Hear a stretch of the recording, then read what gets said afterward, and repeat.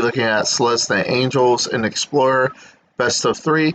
So let's hop into the creature package. We are playing Bishop of the Wings because whenever an angel enters the battlefield under our control, we'll gain 4 life. And then whenever an angel we control dies, we'll create a 1/1 spirit creature token with flying. So this is very good even after post wipes, because if we had a bunch of angels on board, we will generate that many creature tokens if they wipe our board. Next, we play Elvish Mystic to help us ramp into Collected Company. Giada allows us to play more angels. It also has flying and vigilance. And then each other angel you control enters the battlefield with an additional 1/1 counter on it for each angel you already control. Next, we play Inspiring Overseer. It's a 3-mana 2/1 that has flying, and then when it ETBs, we gain a life and we draw a card. Next, we also play 3 Land War Elves for ramp. Then we run 4 copies of Resplendent Angel. Resplendent Angel is one of our win cons because as we're gaining life at the beginning of each end step, if we did gain 5 or more life this turn, we create a 4/4 white angel creature token with flying and vigilance. So this triggers our Righteous Valkyrie and it triggers our Bishop of the Wings to gain us tons and tons of life. Next, we play Righteous Valkyrie. It's a 3-drop with flying, and it's a 2/4 that says whenever another angel or cleric enters the battlefield under our control, you gain life equal to that creature's toughness.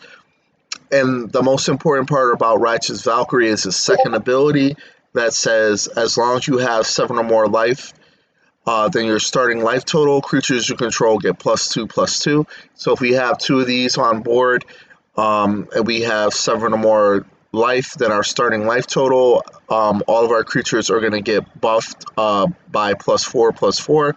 Next, we run 1 copy of Sigarda Font of Blessing to give other permanents we control hexproof, and it allows us to look at the top card of our library, and then we can cast angel spells and human spells from the top of our library. And then lastly, we play Skyclave Apparition, 3 copies, because it allows us to exile up to 1 target non-land, non-token permanent we don't control with converted mana cost 4 or less. And then when it leaves the battlefield, the exile card returns to our opponent, where X is the converted mana cost of the exile card. It becomes a XX blue illusion creature token. And then for sorceries, we're going to be playing Amrira's Call. If we ever do get 7 mana, we can create 2 4/4 white angel warrior creature tokens with flying, and then non-angel creatures you control gain indestructible until our next turn. Then we play 3 copies of Kyla's Reconstruction. So it's a 3-mana white spell with X that allows us to look at the top 7 cards of our library, and we can put up to X artifact and or creature cards with mana value 3 or less among them onto the battlefield, and then we put the bottom of our library in a random order. And then lastly, we play 4 copies of Collected Company. This is probably the strongest card in the deck, especially if we can somehow play this on turn 3. We can look at the top 6 cards, and we can put 2 creature cards with converted mana cost 3 or less from among them onto the battlefield, and you put the rest on the bottom of your library in any order. So Collected Company is really good, especially if we hit Righteous Valkyrie or Resplendent Angels, because we're going to start gaining a bunch of life and generating angel creature tokens at the beginning of our end step. And that is the deck in a nutshell. It's going to... sorry, I was about to say the price of the deck because I'm so used to doing budget commanders that I tell the price of the deck at the end. But no, this is it. So this is the deck in its entirety.